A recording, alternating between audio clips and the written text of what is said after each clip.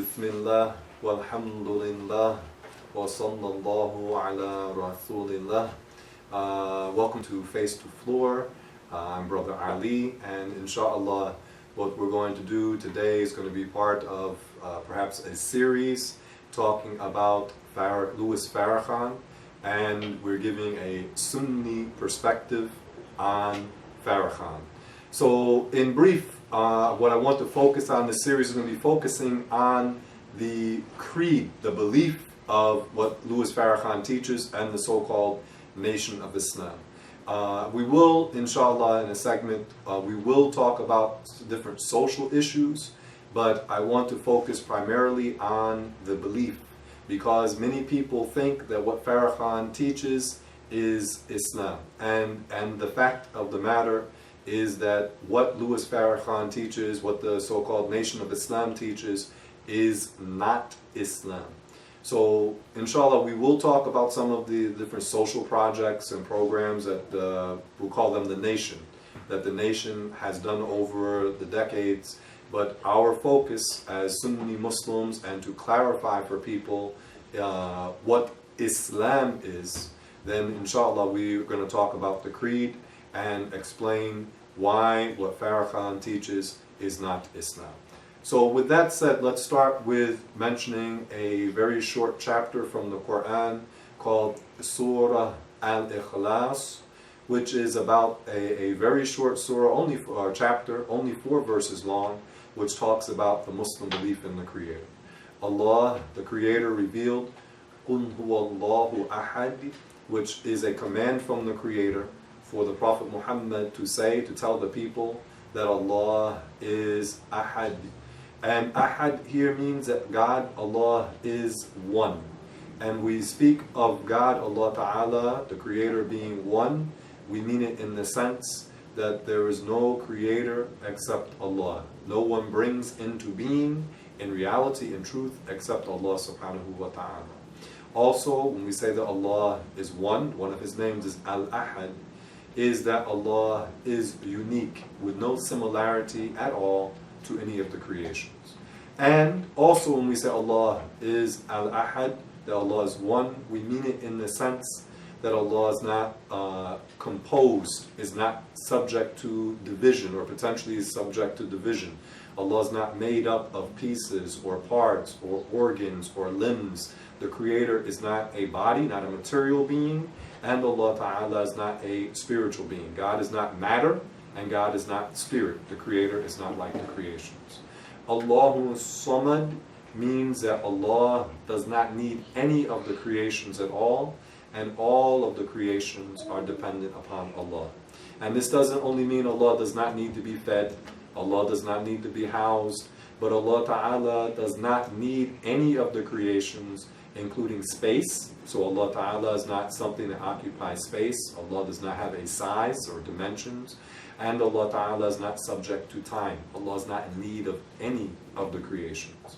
The next verse, Lam yalid wa lam yulad, means that Allah does not give birth or father, offspring, and Allah is not the offspring of anyone or anything. This means, as we said, that Allah is not something composed. Therefore, Allah Ta'ala is not something that He Himself does not impregnate things. Allah creates the act of something getting impregnated. But Allah is not something that divides and separates and goes into creations and impregnates creations. The Creator, Allah Subhanahu wa Ta'ala, is not subject to division or composition, and also Allah is not subject to dimensions. Allah doesn't have a size, doesn't have parts, doesn't have dimensions. And the last verse, وَلَمْ يَكُنْ لَهُ كُفُوًا أَحَدٍ, means that Allah has no equal and is beyond all comparison. And one of the golden rules of the Muslim belief is the saying of the great Nubian scholar, مَهْمَا تَصَوَّرْتَ بِذَلِكَ فَاللَّهُ بِخِلَافِ ذَلِكَ. That scholar is Dhunun al-Misri, and he said, whatever you imagine in your mind, Allah is different from that. So this is the basis. So when a person says, I am a Muslim, He is someone who believes in the Quran and what the Creator has revealed to the last prophet Muhammad, the son of Abdullah, who was born in Arabia about 1400 years ago. So a person, this is the belief of the Muslim. So if someone says, I'm a Muslim, but he has a belief different from what we just mentioned, it means he does not believe in the Quran, and in reality he does not believe in Islam. So we want to just get that out of the way, just so we have to be clear about what the Muslim belief is in the Creator. We believe in one perfect Creator, who is the Creator of everything, and absolutely does not need or resemble anything. And whatever you imagine in your mind, the Creator is different from that. Okay, with that said, let's talk a little bit about the background of Muslims in America. It is reported that there are reports that there were Muslims in the Americas, United States or south of the United States, prior to the arrival of Columbus. There are different reports from Muslims from North Africa and West Africa who came to the Americas. There are reports. I haven't seen anything where there is definite proof, but there are reports about Muslims crossing the Atlantic.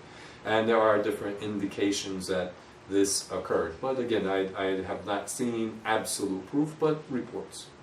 Later, the first significant population of Muslims to come to the Americas that we know for sure, and that is during the Atlantic slave trade. Many of the slaves that were brought here to the Americas, to the United States, Mexico, to the Caribbean, to South America, that many of them were Muslims. People differ over the percentage. Some say between 10% and 25%. But there was a significant number of the people that were brought to the Americas during the era of the Atlantic slave trade. A significant number of them were Muslims. So this is the first major presence that everyone agrees on, that there were Muslims here in the Americas, and that goes back about 400 years. Later, in the late 1800s, early 1900s, Muslims from the Middle East and Eastern Europe, because there was and is a significant native Eastern European Muslim population, that they came to the Americas, and in particular they settled in the upper Midwest and Dearborn, Michigan, Detroit. These areas became, even from back about 100 years ago, these areas had a significant Muslim population, in particular from the Middle East and Eastern Europe. In the 1960s, with the Immigration Act, then more and more Muslims have been coming to the Americas since the 1960s from different parts of the Muslim world. Okay, so that's the background of Muslims in America. As far as the nation and the context in which it got started. It started in 1930, and this is in the context of the Great Migration. The Great Migration is the movement of African Americans out of the South, where the vast majority of African Americans were living prior to the 20th century. The vast majority of them were living in the South. And then because of, one, the need for labor, black labor in the factories in the North during World War I, a lot of black people started migrating out of the South to major cities in the North. Also, what was happening at that time, this was in the beginning of the 20th century, was the rise of the Ku Klux Klan and the terrorism that the Klan was committing against African Americans in the South, which prompted a lot of African Americans to move out of the region. And if anybody has seen the movie Rosewood, this is it's a fictionalized account, but these types of things were taking place not infrequently in the South, and this prompted a substantial number of African Americans to move out of the South and move into the North. Now, in the early 20th century, there were two major black nationalist groups. Black folks that were moving into the North, their experience, there was the culture shock of living in the country, living in the rural South, and then moving into large cities, inner cities, into literally what is called a ghetto, meaning an ethnic group, ethnic neighborhood in an urban area.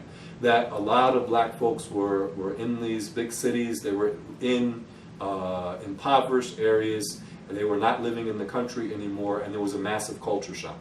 So there were two major early black nationalist movements. One was the movement of Marcus Garvey and the United Negro Improvement Association, and he had a huge appeal by the 1920s. He had a huge following.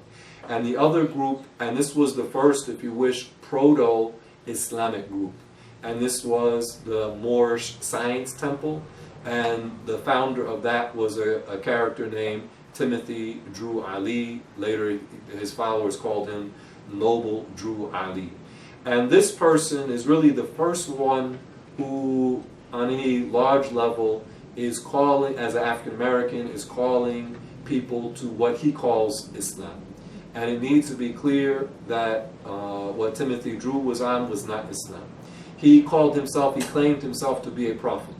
And he said, and which belies the Quran. The Quran says, وَخَاتَمَ النَّبِيِّينَ, about the Prophet Muhammad sallallahu alayhi wa sallam, that he is the seal of the prophets. He is the final prophet.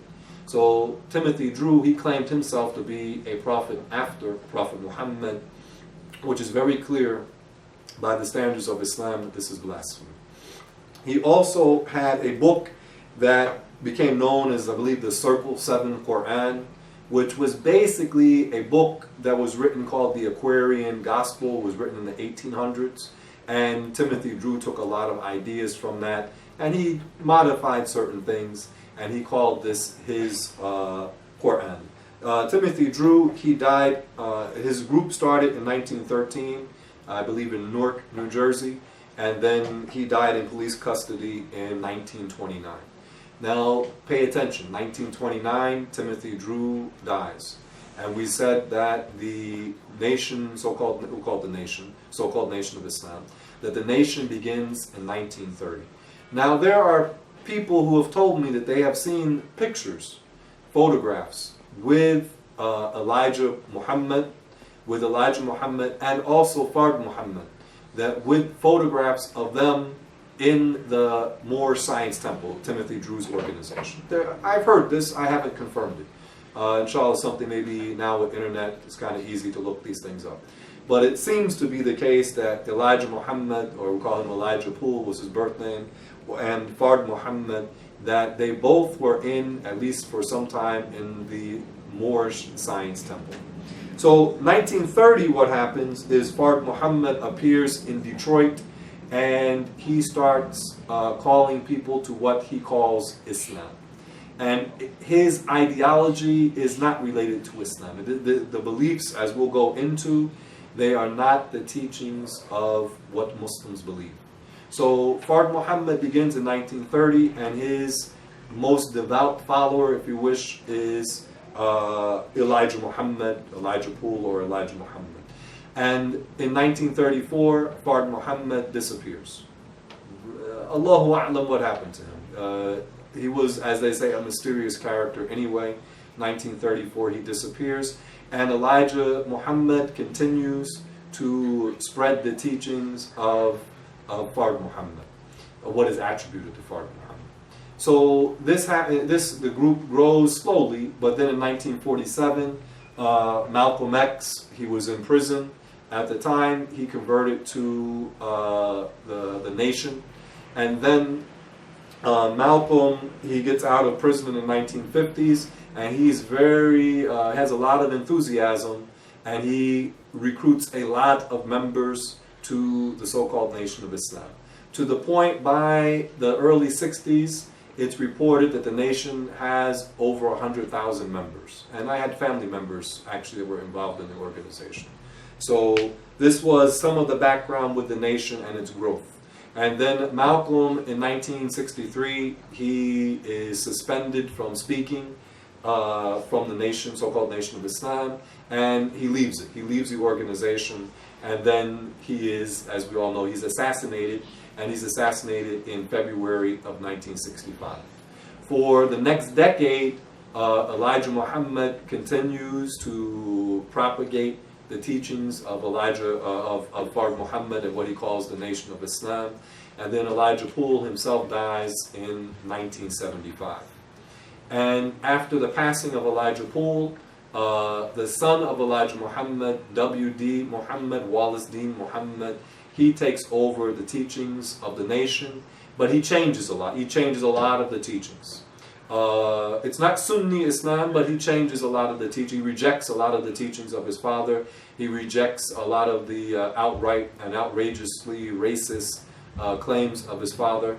And then Louis Farrakhan, who is disappointed with those changes, he is unhappy with these changes that W.D. Muhammad has initiated for the nation. So what he does is, in 1977, Louis Farrakhan renews the teachings of Elijah Poole. He revives the teachings of Elijah Poole.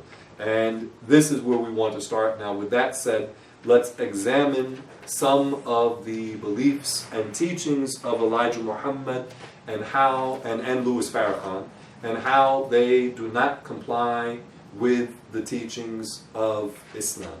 So first we mentioned that we mentioned the belief of the Muslims. And it is universal. The one who believes that God is similar to the creation, or that God has partners, or that God was born, for example, or believes that God, Allah Ta'ala, is dependent upon any of the creations, in reality, such a person would not be a Muslim, because he doesn't believe in Islam.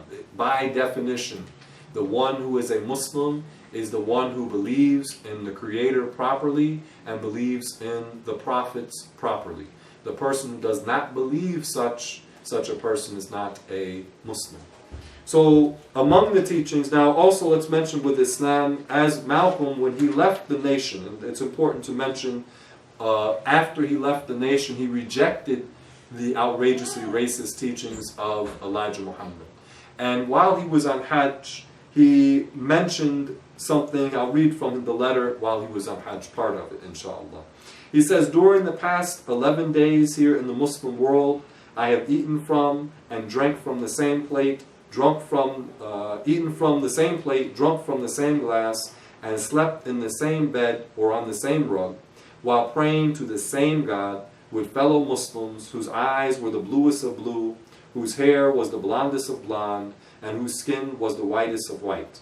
And in the words and in the actions and in the deeds of the quote-unquote white Muslims, I felt the same sincerity that I felt among black African Muslims of Nigeria, Sudan, and Ghana. And he said, I could see from this that if white Americans could accept the oneness of God, the true oneness of God, then perhaps too they could accept in reality the oneness of man, the oneness of humanity, and cease to measure and hinder and harm others in terms of their quote-unquote differences in color. So our religion, as for Muslims, our religion does not teach racism.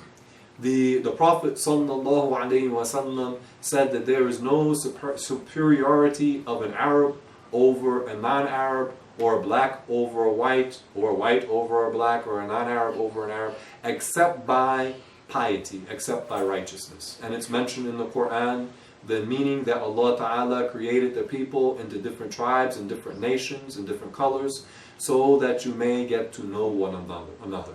And the one who is the most virtuous, the most righteous, the one who is most accepted by Allah Ta'ala is the one who is most pious. So our religion is not based upon skin color. Skin color does not give a person their religious status.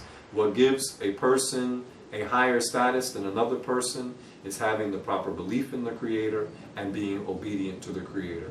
That's it, period. Okay, so the nation, on the other hand, now, they teach a doctrine which is blatantly racist and categorically rejected by the Muslims. Among their claims is that they claim Elijah Muhammad taught that white people were made by a mad black scientist in the Aegean Sea over 6,000 years ago. And he says in a book that's probably the most famous book of Elijah Poole, which is a collection of his speeches. It's called Message to the Black Man in America. And he says, 6,000 years ago, or to be more exact, 6,600 years ago, as Allah taught me. And what he means is Fard Muhammad, because he claims that Fard Muhammad is Allah.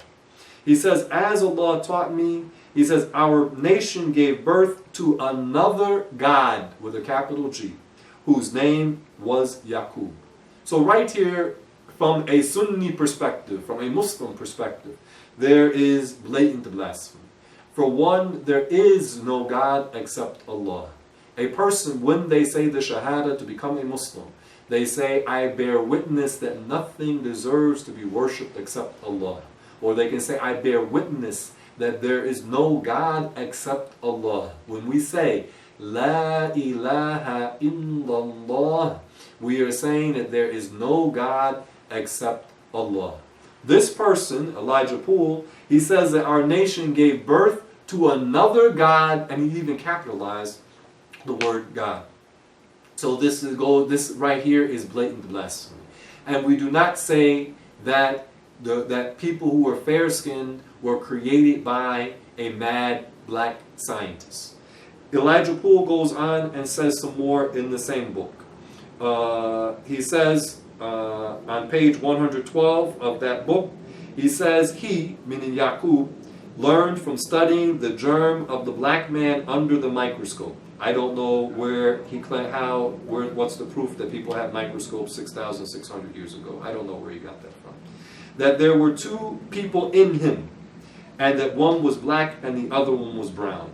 He said that if he could successfully separate one from the other, he could graft the brown germ into the last stage, which would be white.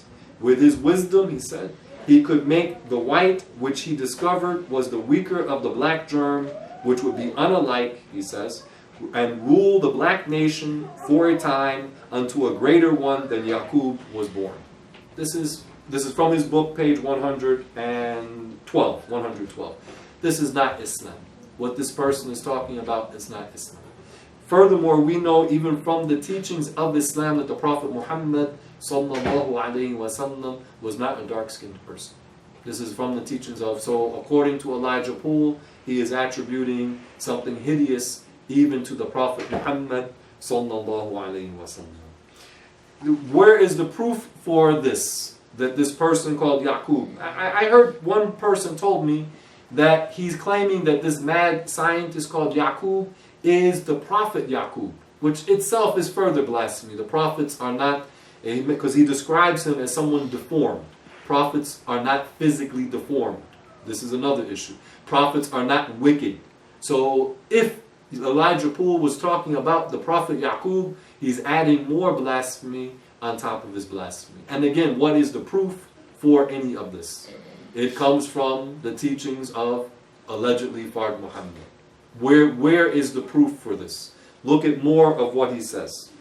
He claims that while what happened on the island of Patmos in the Aegean Sea, he says there was no good taught to them, meaning the white children on that island. By teaching the nurses to kill the black baby and save the brown baby, so as to graft the white out of it by lying to the mother of the baby. This lie was born from the very nature of the white baby, and murder for black people was born in them, or made by nature a liar and a murderer. We asked Elijah Poole and we asked Louis Farrakhan. Elijah Poole is not alive anymore. We asked Louis Farrakhan, where is your dalil? Where is your proof for this? Where is this mentioned in the Quran? No. Is this mentioned in the teachings of the Prophet Muhammad? No. Even in history, what is recorded in history, where is the proof for this? The nation has one source for their claims. Their claims are what they attribute to Fard Muhammad. Beyond that, and what's the proof that Fard Muhammad is truthful? They have no proof. And there are blatant statements that they attribute to him that demonstrate that he is a liar. As we already mentioned, that they say that this nation gave birth to another God, even capitalized the word God. So that's very clear that this goes against the teachings of Islam. Furthermore, on page 119 of the book, same book, He says, Yaqub's race of devils were exiled to the hills and caves of West Asia, what is now called Europe. And the nation, they even come up with this false etymology. They say Europe means you, Y-O-U, you-rope. That the white people were forced into Western Asia, meaning Europe, and they were, quote-unquote, roped into that region. What is their proof that the word Europe means you-rope? This is a mythology that Elijah Poole or Fard Muhammad made up and propagated. It has no proof. It has no proof. He goes on to say, they, meaning the people of Western Europe, he says they, or Western Asia, he says they lost all knowledge of civilization. Elijah Poole says, the Lord, God of Islam, taught me. He means Fard Muhammad. He taught me that some of them tried to graft themselves back into the black nation, but they had nothing to go by. A few were lucky enough to make a start and got as far as what you would call a guerrilla. So now we're saying that white people were trying to make themselves back into black people, but they failed and they only could make themselves into guerrillas. Where is the proof for this, Louis Farrakhan? There is no proof. This is just the gibberish of Elijah Poole. In fact, he says, all the monkey family are from this 2,000 year history of the white race in Europe. There are monkeys existed more than 2,000 years ago, Louis Farrakhan. This is gibberish that they are making up. It has no basis according to the rules of the religion, and doesn't even, they have no proof even from what they can dig up in history. This is not Islam, and this is why we're talking about the beliefs. This is what Louis Farrakhan teaches people. It is not Islam. It is not Islam. Now, we want to talk about racism and white racism and the blight of white supremacy and the mass slaughter that has been committed against people of color in the name of white supremacy. Yes, we can talk about that. Inshallah, we have some videos already on that topic. But here we're talking about the creed. We're talking about things that this man is saying in the name of Islam which do not comply with Islam. This is what we're talking about now. Yes, indeed, I did, mashallah, a 40-part series talking about the evils of white supremacy. So we do talk about that. But I'm not focusing on that now. We're talking about the teachings of Elijah Muhammad and his follower, Louis Farrakhan. Also, so this is one of the examples of their blasphemy in teaching that superiority is based upon color, when the Quran teaches us that superiority is based upon piety, irrespective of a person's color, his nationality, his race, his ethnicity. That superiority of one person over another is one of taqwa, God-fearingness, and virtuousness. Also among the teachings of Elijah Poole is the rejection of the afterlife.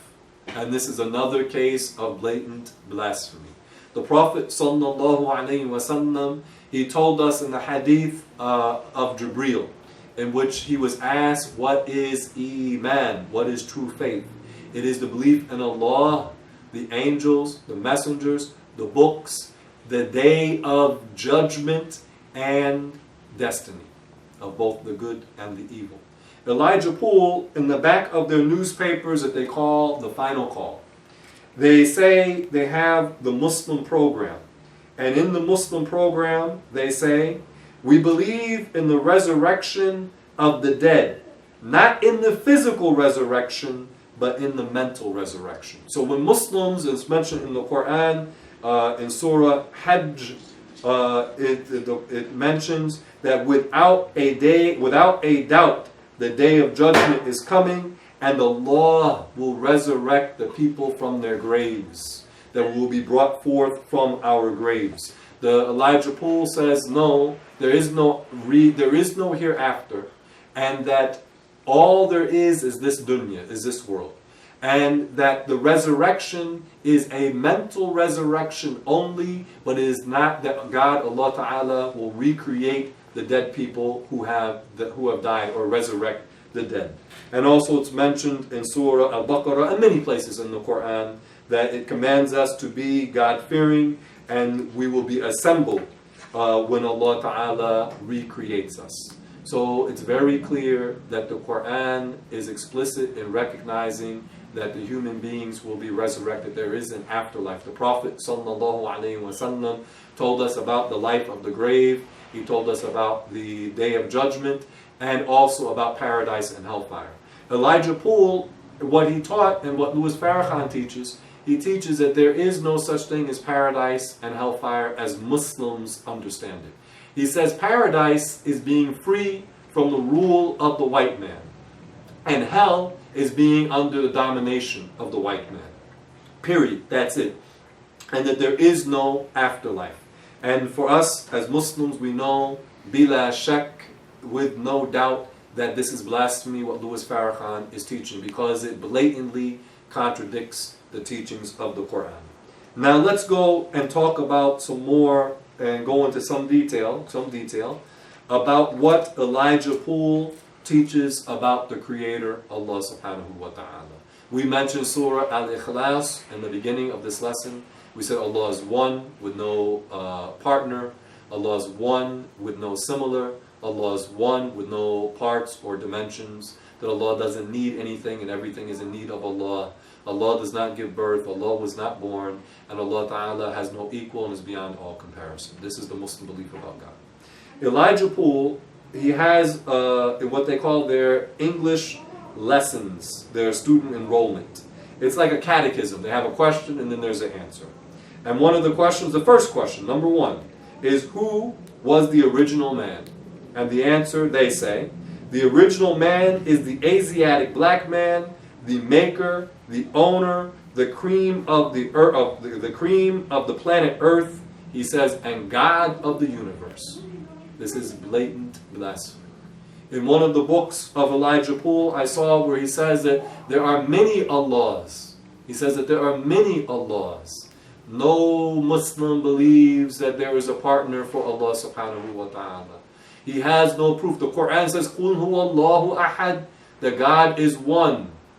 Elijah Poole says, no, the Asiatic black men are God. This goes blatantly against the teachings of Islam. Furthermore, Elijah Poole contradicts himself. He says that on the one hand, he claims that the original Asiatic black man is God. And then he claims that being born is blasphemy, believing God as a human being is blasphemy. All of this is blasphemy. But to show even his own contradiction, he says that Fard Muhammad is God, is Allah. And he says Fard Muhammad was born to a white woman in 1877. And this shows us on multiple levels their misguidance. This is why we say that Louis Farrakhan and the so-called Nation of Islam, they do not teach Islam. This is not Islam that these people are teaching.